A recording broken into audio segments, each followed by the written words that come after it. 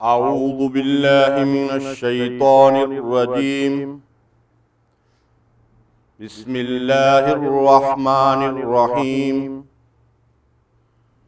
یا ایہا الذین آمنوا هل ادلکم علی تجارت تنجیکم من عذاب علیم تؤمنون باللہ ورسولہ وتجاہدون فی سبیل اللہ باموالکم وانفسکم ذالکم خیر لکم ان کنتم تعلمون یغفر لکم ذنوبکم ویدخلکم جنات تجری من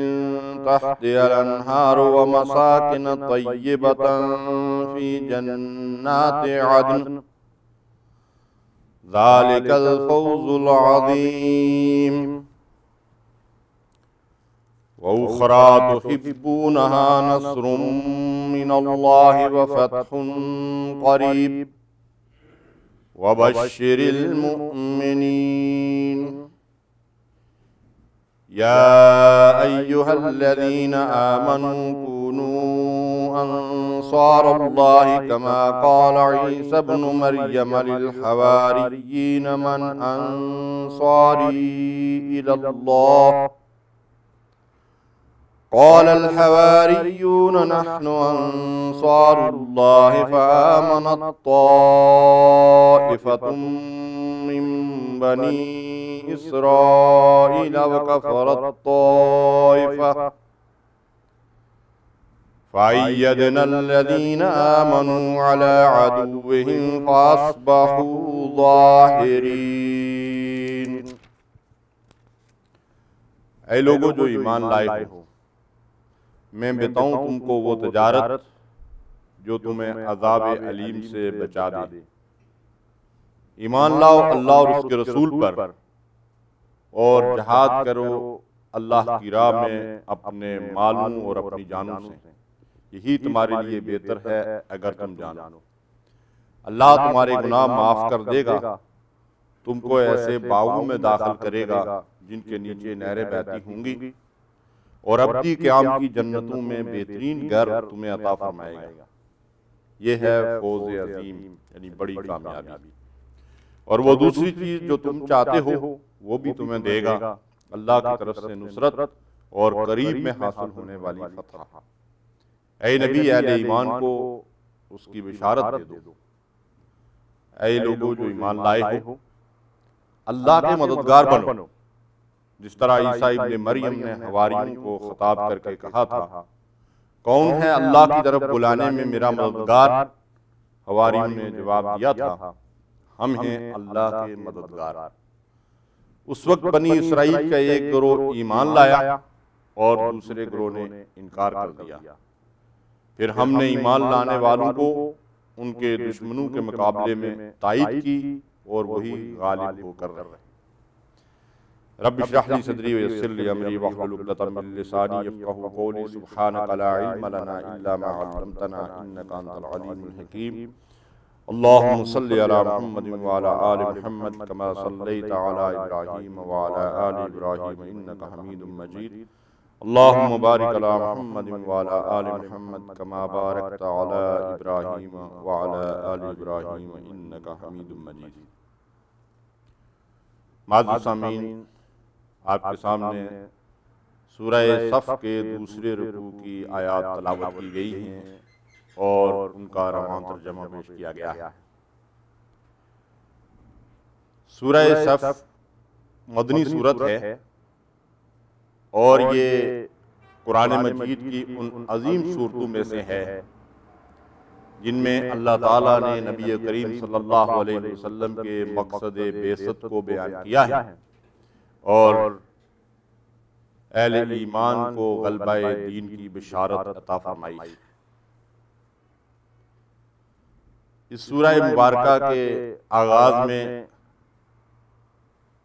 اللہ تعالیٰ کی حمد و ثنا، اس کی تسبیح اور اس کی تقدیس کا ذکر ہے کہ کائنات کی ہر چیز اللہ کی حمد و ثنا کر رہی ہے، جس کے ذریعے بندوں کو یہ پیغام دیا گیا کہ اپنے منعم اور محسن رب کریم کی حمد و ثنا میں ہمیشہ رطب اللسان رہا کرو۔ اس کے بعد قول و فعل کے تضاد کو گناہ کبیرہ قرار دیا گیا، جس کو اللہ سخت ناپسند کرتے ہیں، اور بالخصوص وہ جماعت، وہ گروہ اور وہ امت جس نے اللہ کے دین کے غلبے کی جدوجہد کرنی ہو،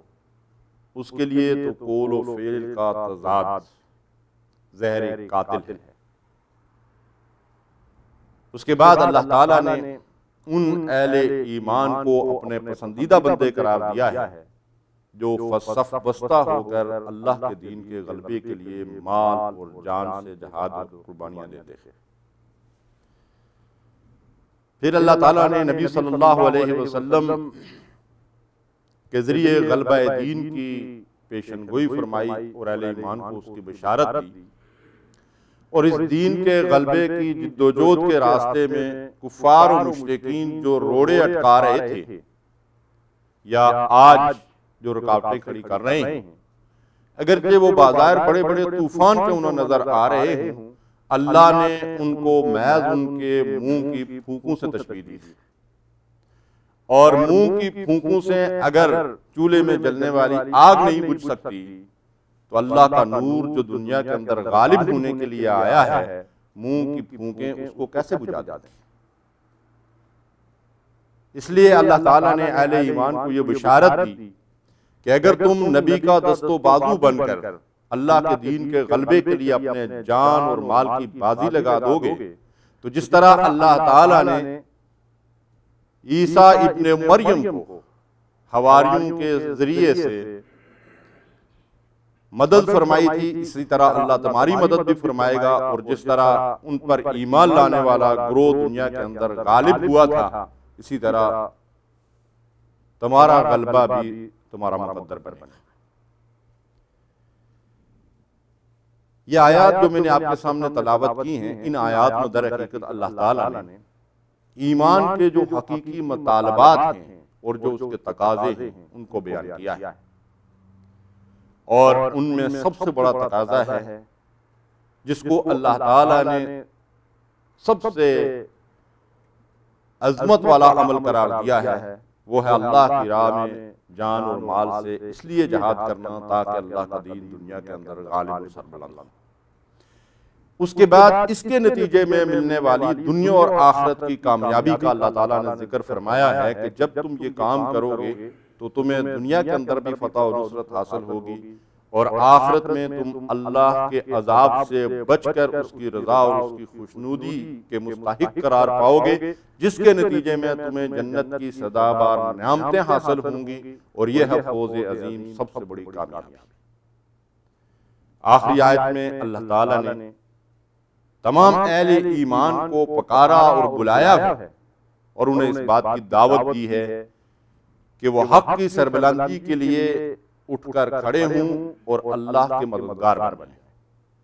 اور جب وہ اللہ کے مددگار بن کر کھڑے ہوں گے تو اللہ دشمنوں پر ان کو غلبہ عطا فرمائے گا۔ یہ بشارت اس دور کے مسلمانوں کے لیے بھی تھی، آج کے مسلمانوں کے لیے بھی ہے، اور قیامت تک آنے والے مسلمانوں کے لیے بھی ہے کہ اگر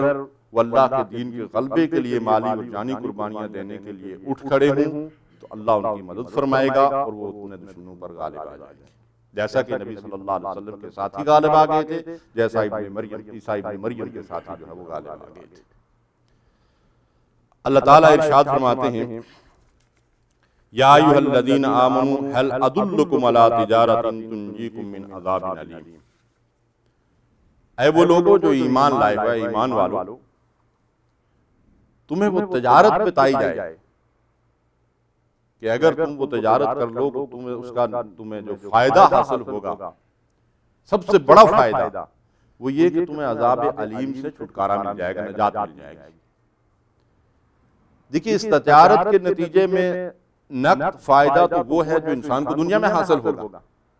لیکن اللہ تعالیٰ نے اس کے بجائے اخروی کامیابی اور جہنم کے عذاب سے بچاؤ کا ذکر پہلے فرمایا ہے، اس لیے کہ اللہ کے نزدیک دراصل انسانوں کی اور مسلمانوں کی اصل کامیابی یہی ہے کہ وہ اللہ کی رضا کے حصول کے لیے جدوجہد کر کے اپنے آپ کو اللہ کی ناراضگی اور دوزخ کے عذاب سے بچا لیں۔ فَمَنْ زُحْزِحَ عَنِ النَّارِ وَأُدْخِلَ الْجَنَّةَ فَقَدْ فَازَ، جو دوزخ کے عذاب سے اور جہنم کی آگ سے بچا لیا گیا اور جنت میں داخل ہو گیا، فقط فاز، وہی کامیاب قرار پایا۔ تو اس لیے اللہ تعالیٰ نے اخروی کامیابی کو دنیاوی کامیابی کے اوپر مقدم رکھا ہے کہ دراصل وہی حقیقی کامیابی ہے، اور یہ جدوجہد کرنے والوں کو آخرت کی حقیقی کامیابی لازماً حاصل ہو کر رہے گی، اس لیے اس کا ذکر پہلے کیا گیا۔ بظاہر ایسا ہو سکتا ہے کہ بہت سارے ایسے کوشش کرنے والے جو دنیا میں بڑے خلوص کے ساتھ اللہ کے دین کے غلبے کے لیے جدوجہد کر رہے ہیں، لیکن خدا کی کوئی حکمت اور مصلحت اس کے اندر یہ ہو کہ انہیں دنیا کے اندر کامیابی نہ حاصل ہو سکے، لیکن اخروی کامیابی تو ان کے لیے یقینی ہے، اس لیے اللہ نے اس کا ذکر پہلے فرمایا۔ اللہ تعالیٰ نے یہاں اس جدوجہد کو تجارت سے تشبیہ دی ہے۔ اب تجارت وہ چیز ہے جس میں انسان اپنا مال بھی لگاتا ہے، اپنا وقت بھی صرف کرتا ہے، اپنی صلاحیتوں اور ذرائع اور وسائل کو بھی کھپاتا ہے، اور اس کے پیش نظر یہ ہوتا ہے کہ وہ زیادہ سے زیادہ نفع حاصل کرے، فائدہ حاصل کرے۔ اب انسان کا حقیقی نفع اور حقیقی فائدہ کس چیز کے اندر ہے وہ انسان کو نہیں معلوم۔ ہو سکتا ہے ہم کسی چیز کو اپنے لیے بڑا ہی ضروری اور ناگزیر سمجھتے ہوں، لیکن وہ ہمارے حق میں مضر ہو۔ اس لیے ہمارے حق میں بہتر کیا ہے، ہمارا فائدہ کس چیز کے اندر ہے، ہماری حقیقی کامیابی کیا ہے، یہ تو ہمارے رب ہی کو معلوم ہے۔ اس لیے وہ رب ہمیں اس بات کی خبر دے رہا ہے کہ ایک تو وہ تجارت ہے جو تم دنیا کے اندر کرتے ہو، جس سے تم کوئی فائدہ حاصل کرنا چاہتے ہو، اور جس میں ہر وقت تمہیں نقصان کا اندیشہ بھی جو ہے وہ ساتھ ساتھ لگا رہتا ہے، لیکن میں تمہارا رب اور تمہارا مالک تمہیں ایک ایسی تجارت بتا رہا ہوں جس تجارت میں نقصان کی تو فکر کرنے کی ضرورت ہی نہیں ہے، فائدہ ہی فائدہ ہے، اور اس کا سب سے بڑا فائدہ تمہیں یہ حاصل ہوگا کہ تم اللہ کی ناراضگی اور جہنم کے عذاب سے بچ جاؤ گے۔ قرآن مجید میں اور بھی مقامات پر دین و ایمان کے حقیقی تقاضوں کو تجارت سے تشبیہ دی گئی ہے۔ سورہ فاطر میں ارشاد فرمایا، ان الذین یتلون کتاب اللہ واقاموا الصلاۃ، بے شک جو لوگ اللہ کی کتاب کو پڑھتے ہیں، اس کی تلاوت کرتے ہیں، اس کی آیات پہ غور و فکر کرتے ہیں، اس کا فہم حاصل کرنے کی کوشش کرتے ہیں اور نماز قائم کرتے ہیں، وَأَنفَقُوا مِمَّا رَزَقْنَاهُمْ سِرًّا وَعَلَانِيَةً، اور وہ اعلانیہ بھی اور چھپا کر بھی اللہ کی راہ میں اللہ کے دیے ہوئے مال کو خرچ کرتے ہیں، یرجون تجارت لن تبور، وہ ایسی تجارت کے امیدوار ہیں کہ جس کے اندر خسارے کا کوئی خدشہ جو ہے وہ نہیں ہے، جس میں کبھی خسارہ نہیں ہوتا۔ اچھا، یہاں کس چیز کو تجارت کہا گیا؟ قرآن کی تلاوت، نماز قائم کرنا اور اللہ کی راہ میں مال خرچ کرنا، فرمایا یہ وہ تجارت ہے جس میں نقصان کا سرے سے کوئی خدشہ ہی نہیں۔ یعنی آپ دیکھیں گے اگر نماز آدمی پڑھے گا تو اس میں بھی اس کو اپنی توانائیاں صرف کرنی پڑتی ہیں۔ فجر کی نماز کے لیے آدمی کو میٹھی نیند چھوڑنی پڑتی ہے، پھر وہ بڑی کوشش کر کے اٹھتا ہے، مسجد تک جاتا ہے، باجماعت نماز ادا کرتا ہے، اپنے آپ کو کافی مشقت میں ڈالتا ہے، اور تجارت اور کاروبار کے اندر بھی اسی طرح محنت اور مشقت کرنی پڑتی ہے، اسی طرح مال کا خرچ کرنا ہے، قرآن مجید کی تلاوت، اس کو سمجھنا، اس کے اوپر غور و فکر کرنا، ان ساری چیزوں کے لیے جو محنت اور مشقت اور کوشش انسان کرتا ہے، اس کو اللہ تعالیٰ نے تجارت سے تعبیر کیا، اور ارشاد فرمایا کہ یہ نفع بخش تجارت ہے۔ یہاں اللہ تعالیٰ ارشاد فرماتے ہیں کہ یہ تجارت اگر تم کر لو تو اس کے نتیجے میں تمہیں جہنم کی آگ سے نجات مل جائے گی۔ دراصل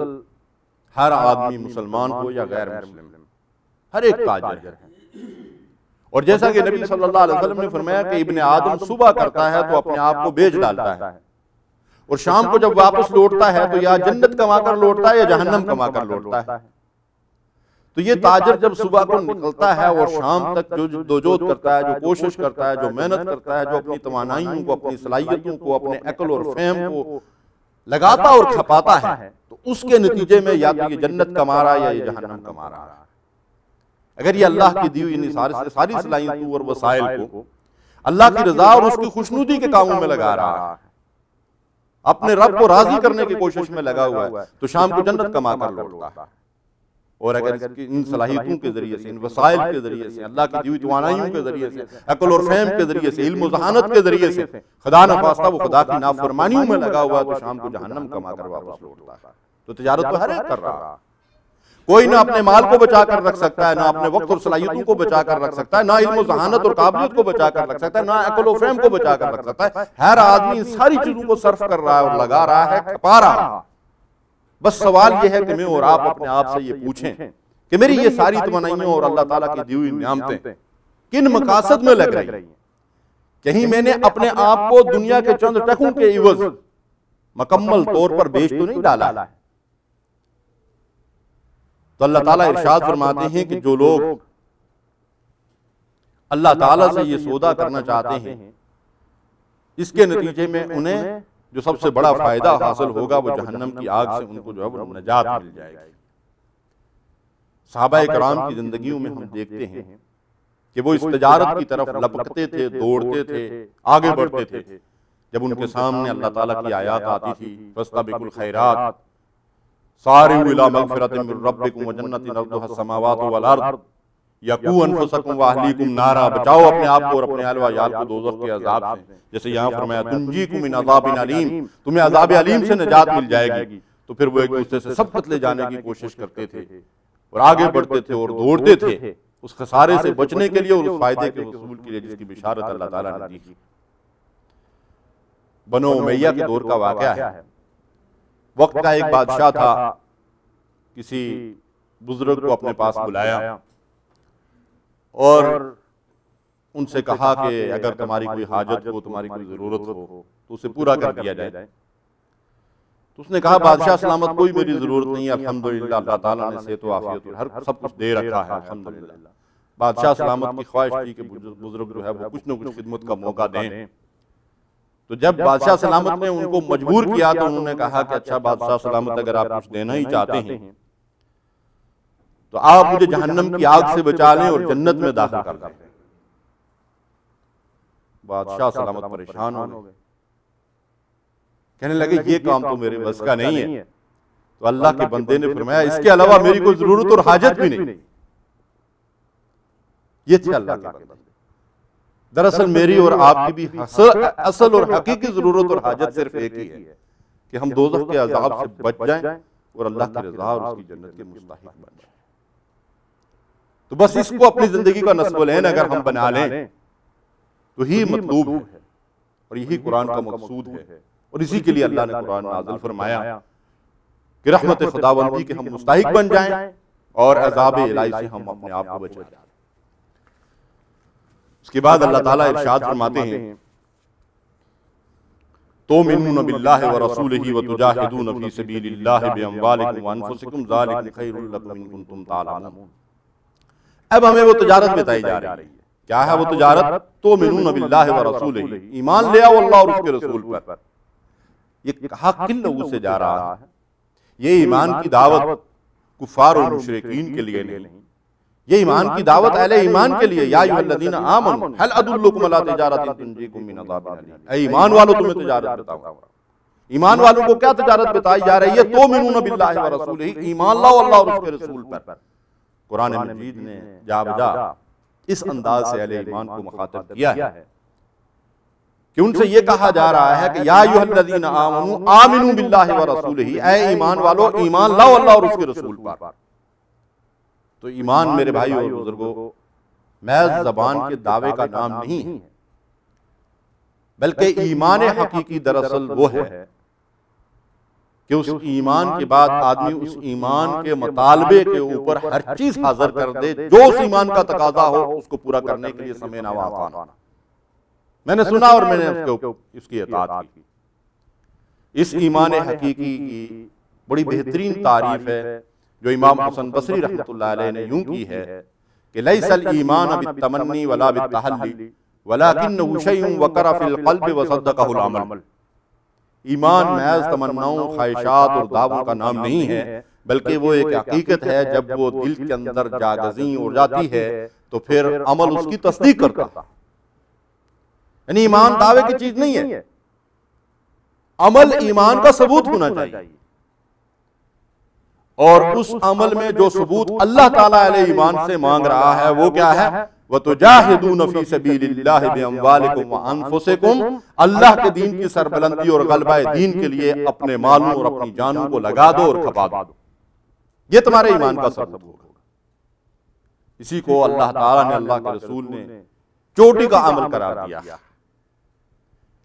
اسی کے نتیجے میں اللہ تعالیٰ نے دنیا اور آخرت کی کامیابی کے وعدے فرمائے، اور اسی حکم کے اوپر عمل پیرا ہو کر دنیا کے اندر مسلمانوں نے اسلام کے جھنڈے گاڑے ہیں اور دنیا سے اپنی شوکت منوائی۔ آج اگر ہم دنیا کے اندر ذلت اور رسوائی کا شکار ہیں تو دعوت اور جہاد کے راستے کو چھوڑنے کی وجہ سے۔ تو اللہ تعالیٰ نے یہاں جو تجارت ہمیں بتائی ہے اس میں سب سے پہلا مطالبہ یہ ہے کہ تم ایمان لاؤ اللہ اور اس کے رسول پر، یعنی وہ ایمان جس کی دعوت قرآن نے دی ہے، وہ ایمان جس میں ایسا یقین تمہیں حاصل ہو کہ پھر اللہ کی طرف سے جب مطالبہ آئے تم فوراً اس مطالبے پر لبیک کہو۔ یہی ایمان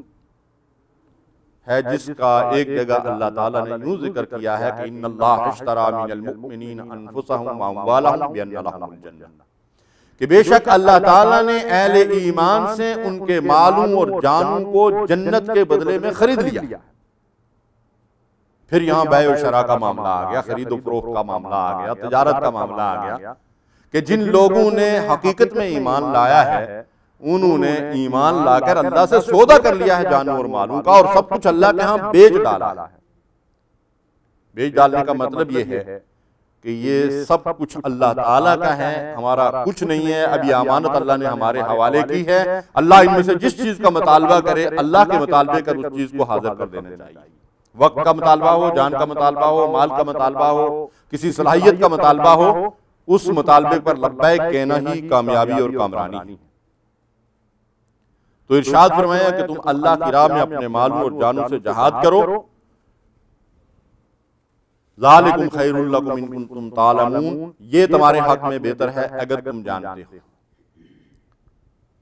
جہاد ایک عظیم الشان عبادت ہے،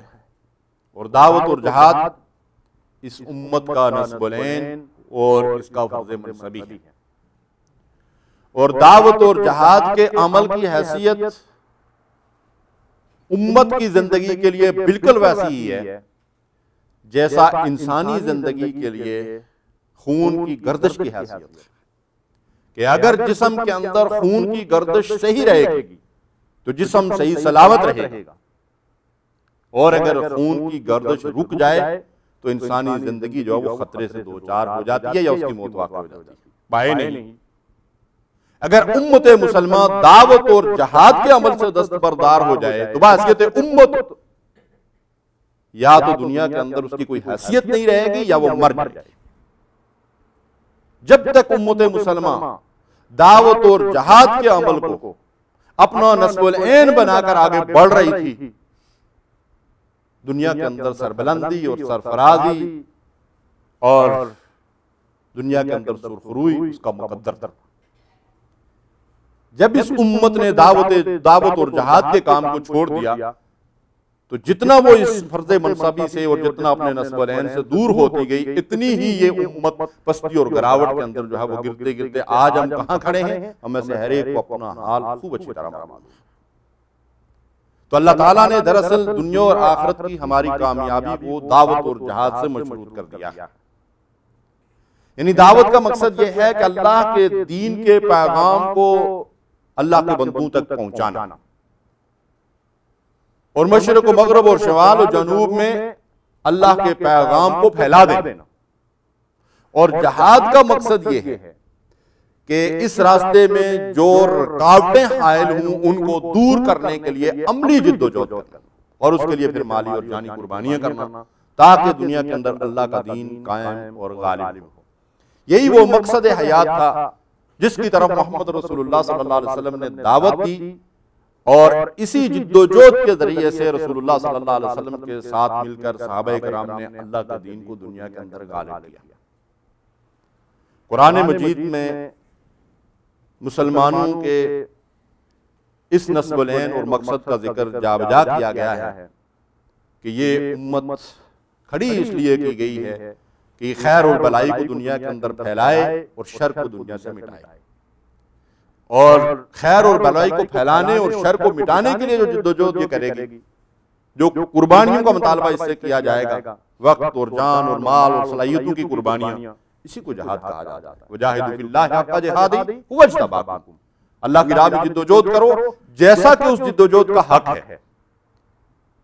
ھو اجتباکم، اس اللہ نے تمہیں چنا ہی اسی لیے ہے۔ کس لیے چنا ہے؟ اللہ کے راستے میں جدوجہد کے لیے۔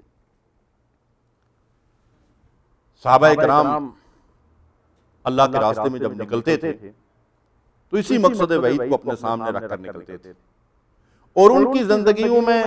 یہی آرزو، یہی خواہش اور یہی تمنا ہمیشہ میں چلتی رہتی تھی۔ ہماری خواہشات تو دنیا کے اغراض کے لیے ہیں۔ سیدنا عمر فاروق رضی اللہ تعالیٰ عنہ ایک دن اپنے کچھ ساتھیوں کے سامنے بیٹھے ہوئے ان سے ایک سوال کرتے ہیں، بتاؤ آپ کی خواہش کیا ہے، بتاؤ آپ کی خواہش کیا ہے، بتاؤ آپ کی خواہش کیا ہے۔ ان کی خواہشات بھی بڑی عظیم تھی۔ کسی نے کہا میری خواہش یہ ہے کہ میرے پاس اتنا سونا ہو اسے اللہ کی راہ میں خیرات کر دوں، میرے پاس اتنا چاندی ہو اسے اللہ کی راہ میں خیرات کر دوں، اتنے گھوڑے ہوں فلاں ہوں اسے اللہ کی راہ میں خیرات کر دوں۔ عمر فاروق رضی اللہ تعالیٰ عنہ گویا ہوئے فرماتے ہیں میری خواہش یہ ہے کہ میرے پاس سعد بن ابی وقاص رضی اللہ تعالیٰ عنہ، خالد بن ولید رضی اللہ تعالیٰ عنہ، ابو عبیدہ بن جراح رضی اللہ تعالیٰ عنہ، ان جیسے جنرل ہوں میرے ساتھ، ان جیسے عظیم مجاہد ہوں میرے ساتھ، اور ان کو لے کر میں نکلوں اور پوری دنیا میں اسلام کے جھنڈے گاڑ دوں۔ یہ تھی ان کی خواہشات، یہ تھی ان کی آرزویں، یہ تھی ان کی تمنائیں۔ قرآن و سنت کی اس دعوت کے نتیجے میں جہاد ان کی آرزو اور تمنا بن چکی تھی۔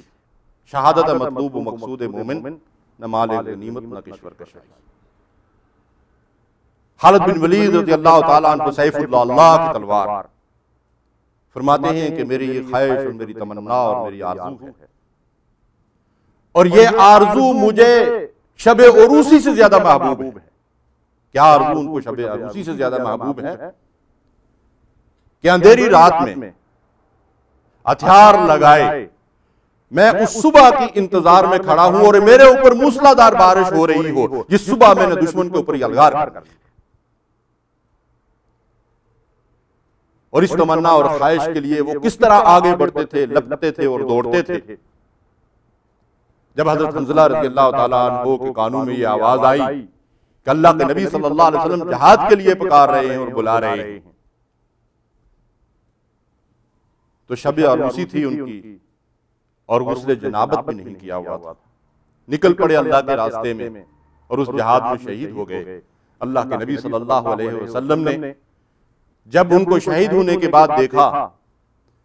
تو ان کے بالوں سے پانی ٹپک رہا تھا۔ ارشاد فرمایا کہ حنظلہ کو جنت کی حوروں نے غسل دیا ہے اور اس کے بالوں سے پانی ٹپک رہا ہے، اس لیے ان کو غسیل الملائکہ کا خطاب عطا فرمایا۔ میرے بھائی اور میرے بزرگوں، عرض کرنے کا مقصد یہ ہے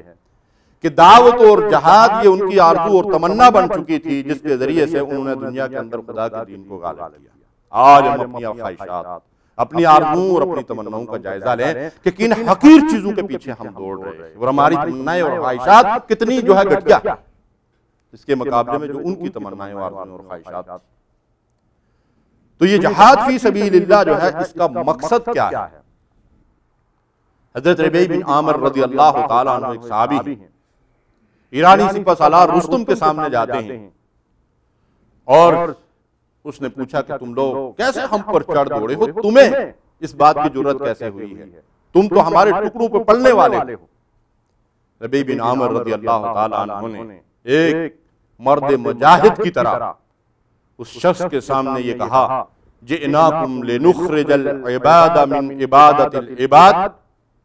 ہم بھیجے گئے ہیں، ہم کھڑے کیے گئے، ہم اٹھائے گئے ہیں، ہم ایک امت بنائے گئے ہیں، ہمیں تمہارے پاس بھیجا گیا ہے۔ کس لیے؟ ہمیں یہ مشن دیا گیا ہے، ہمیں یہ نصب العین دے کر بھیجا گیا ہے کہ جاؤ اللہ کے بندوں کو اللہ کے بندوں کی غلامی سے آزاد کرا دو، اور کیا کرو؟ من عبادت العباد الى عبادت رب العباد، اور ان کو رب العالمین کے بندے اور غلام بنا دو۔ یعنی انسانوں نے جن انسانوں کو اپنا غلام اور بندہ بنایا ہوا ہے، ان کو آزادی دلانے اور ان کو رب کا بندہ بنانے کے لیے ہم اٹھ کر کھڑے ہوئے ہیں۔ وَمِن جَوْرِ الْأَدْيَانِ إِلَىٰ عَدْلِ الْإِسْلَامِ، اور یہ باطل ادیان نے جو ظلم اور جور کی ہتھکڑیوں کے اندر لوگوں کو جکڑ رکھا ہے، ان کو اسلام کے نظام عدل کے تحت لانا چاہتے ہیں۔ اور پھر ارشاد فرمایا وَمِن ضِيقِ الدُّنْيَا إِلَىٰ وَسَعَةِ الْآخِرَةِ، ان لوگوں کی سوچ اور فکر صرف دنیا تک محدود ہو کر رہ گئی ہے، یہ دنیا بڑی تنگ ہے، ہم اس دنیا کی تنگی سے نکال کر ان کے سامنے آخرت کی وسعتوں کو جو ہے وہ رکھنا چاہتے ہیں۔ یہ تھا جہاد کا مقصد ان کے پیش نظر، کہ انسان آزاد ہو جائیں، اللہ کے علاوہ کسی اور کی غلامی کا قلادہ ان کی گردن کے اندر باقی نہ رہے، اور اس مقصد کے لیے وہ اللہ کے راستے میں نکلتے تھے، اور شوق شہادت اور جذبہ جہاد کے ذریعے وہ اللہ کے دین کو دنیا کے اندر غالب کر رہے تھے۔ یہ غلبہ دین کی جد و جہد ان کے اندر اس کا جذبہ اس قدر پایا جاتا تھا کہ بچے بھی، بوڑھے بھی، جوان بھی، خواتین بھی، مرد بھی، عورتیں بھی، سب کے اوپر ایک طرح کا نشہ سوار ہوتا تھا کہ ہم نے اللہ کے دین کے غلبے کے لیے اپنی قوتوں اور صلاحیتوں کو لگانا اور کھپانا۔ عبداللہ ابن ام مکتوم رضی اللہ تعالیٰ عنہ ایک نابینا صحابی ہیں، تو وہ زندگی کے آخری ایام میں جبکہ بڑھاپے میں بھی، نابینا آدمی معذور ہے، اللہ کے نزدیک بھی اس کو عذر معقول ہے، وہ جہاد کے اندر کیسے شرکت کرے گا؟ لیکن وہ اپنے ساتھیوں سے اپنی آرزو اور اپنی تمنا بیان کر رہے ہیں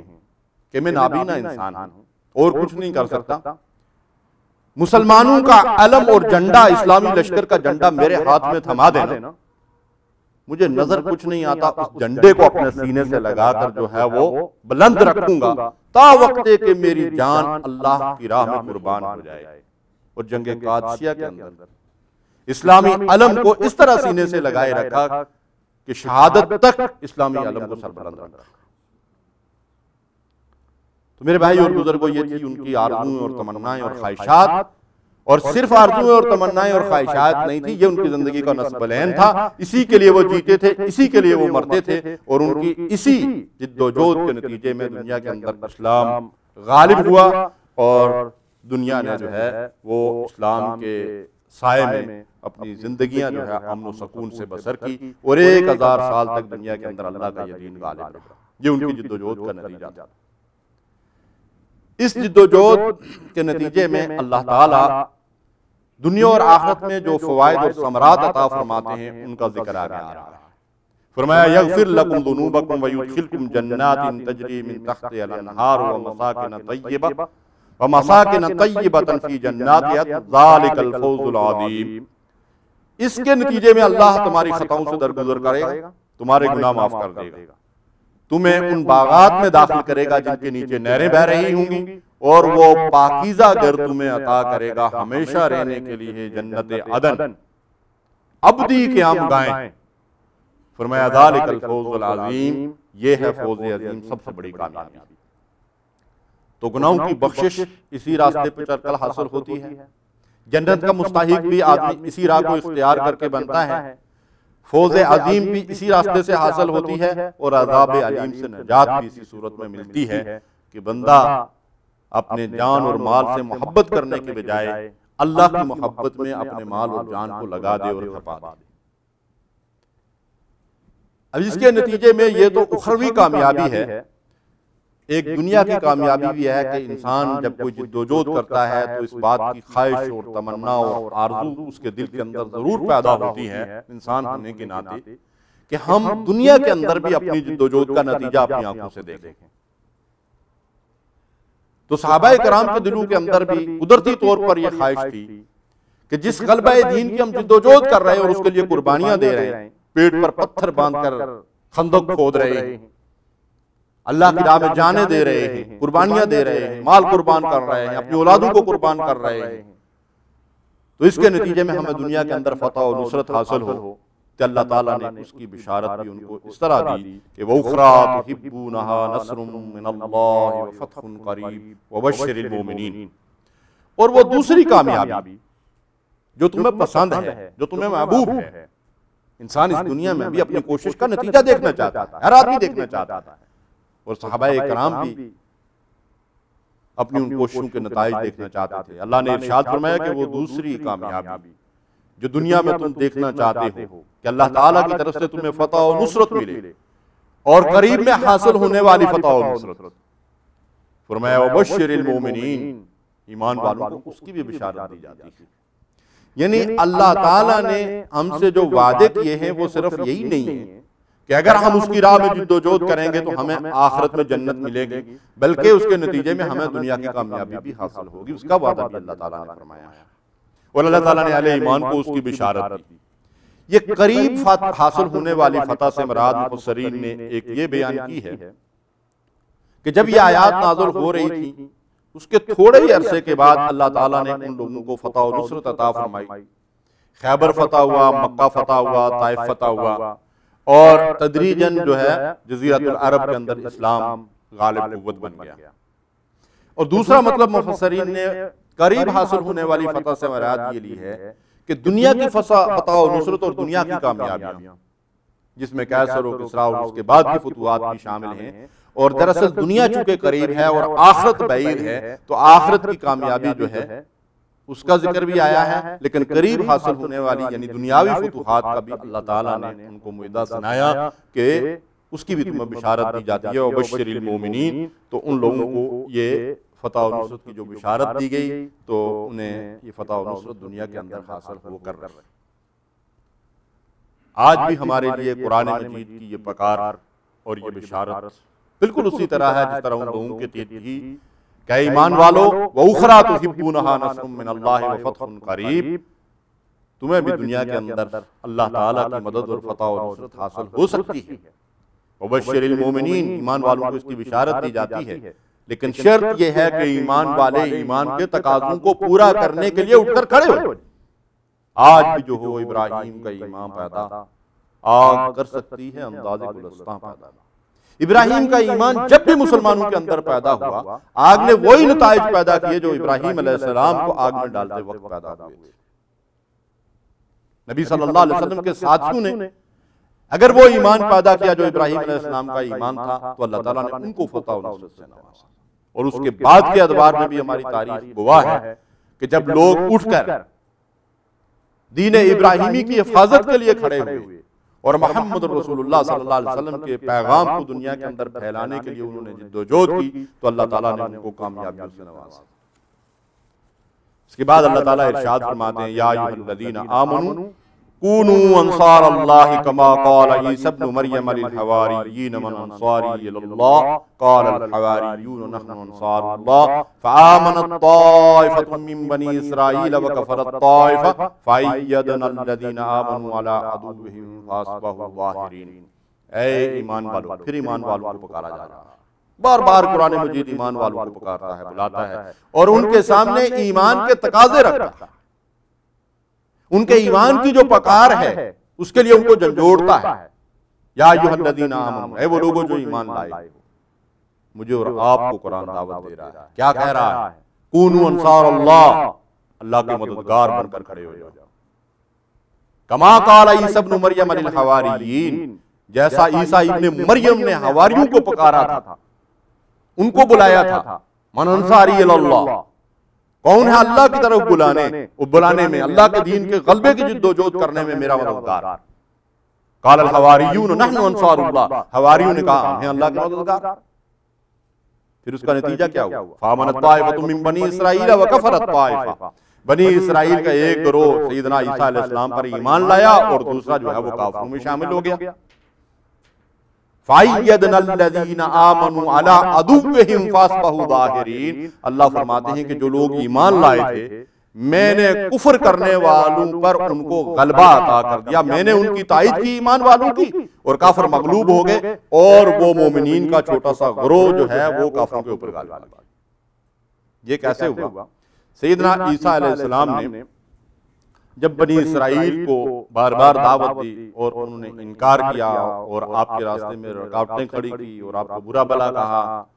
حتیٰ کہ آپ جانتے ہیں قرآن مجید کے اندر یہ واقعہ ملتا ہے کہ وہ اس حد تک آگے بڑھ گئے کہ انہوں نے اپنے ذو میں باطل اور فاسد میں سیدنا عیسیٰ علیہ السلام کو پھانسی بھی دے دی، لیکن اللہ تعالیٰ نے ان کو آسمانوں پہ اٹھا لیا۔ اس حد تک وہ آگے جو ہے وہ بڑھ چکے تھے اپنے جرائم میں، اور عیسیٰ علیہ السلام کی دعوت کو ٹھکرانے میں بڑی بڑی رکاوٹیں انہوں نے کھڑی کی۔ اللہ کا پیغمبر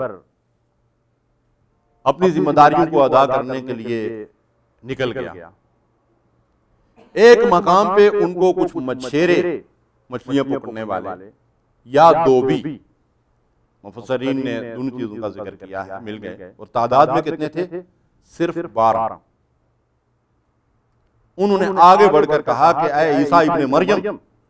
ہم آپ کا ساتھ دینے کے لیے تیار ہیں، ہم انصار اللہ بننے کے لیے تیار ہیں،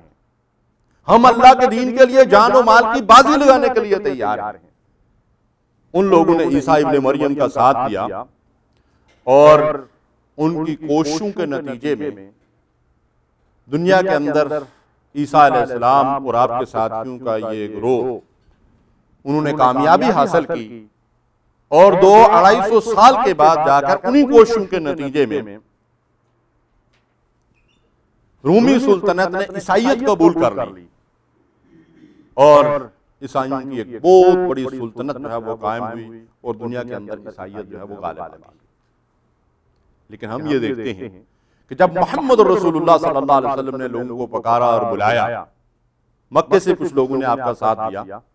اور اہل مدینہ جو مکہ تشریف لائے، اور انہوں نے رسول اللہ صلی اللہ علیہ وسلم کے ہاتھ پہ جو بیعت کی، تو پہلی دفعہ بیعت کرنے والوں کی تعداد بھی 12 تھی۔ بیعت عقبہ اولیٰ جو ہے اس کے اندر 12 افراد کی تعداد تھی۔ انہوں نے رسول اللہ صلی اللہ علیہ وسلم کے ہاتھ پہ بیعت کی، اور جا کر مدینے کے اندر پھر دعوت کا کام شروع کیا، تو اگلے سال 75 افراد کو، جن میں 73 مرد اور 2 عورتیں تھیں، ان کو لے کر رسول اللہ صلی اللہ علیہ وسلم کی خدمت میں حاضر ہوئے۔ پھر ان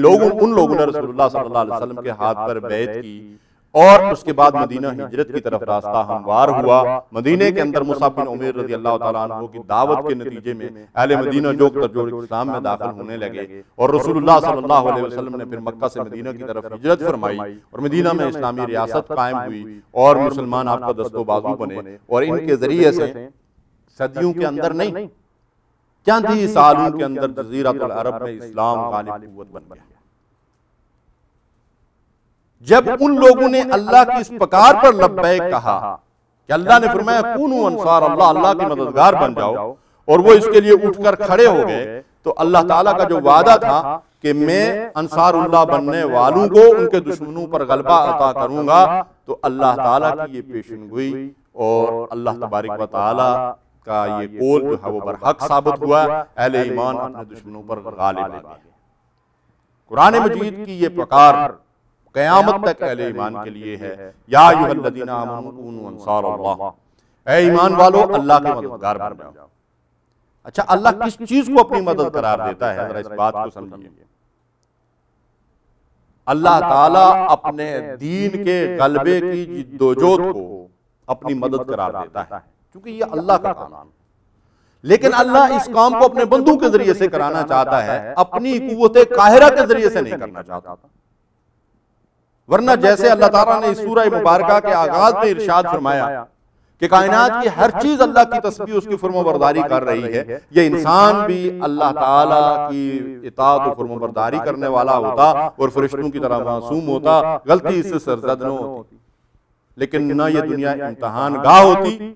اور نہ ہی انسان دنیا کے امتحان گاہ کے اندر اس طرح کھڑا کیا جا سکتا تھا۔ اس انسان کو با اختیار مخلوق بنایا گیا، اور پھر انسانوں میں سے حق اور باطل کہ علمبردار بن کر اللہ تعالیٰ کی حکمت کے تحت انسان کھڑے ہوتے ہیں، تو اہل حق کے ذریعے سے اللہ یہ چاہتا ہے کہ دنیا کے اندر جو ہے وہ باطل سرنگوں ہو اور حق کا کلمہ سربلند ہو۔ اس مقصد کے لیے اللہ اہل ایمان کو پکارتا ہے کہ کونوا انصار اللہ، اٹھو اور اللہ کے مددگار بن جاؤ۔ اس کو اللہ اپنی مدد قرار دے رہا ہے۔ یہ انصار اللہ کا بڑا بلند مرتبہ ہے اللہ تعالیٰ کا۔ یوں سمجھ لیجئے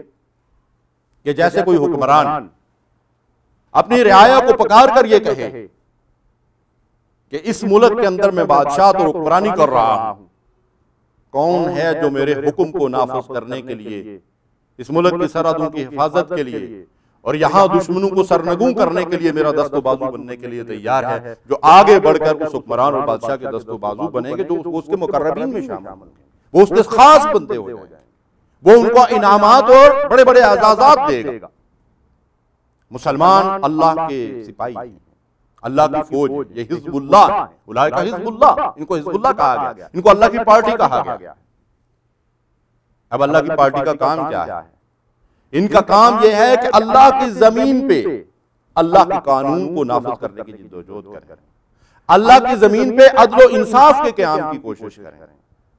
اللہ کی زمین میں امن قائم کرنے کی جدوجہد کریں، ظلم اور فساد کا خاتمہ کریں۔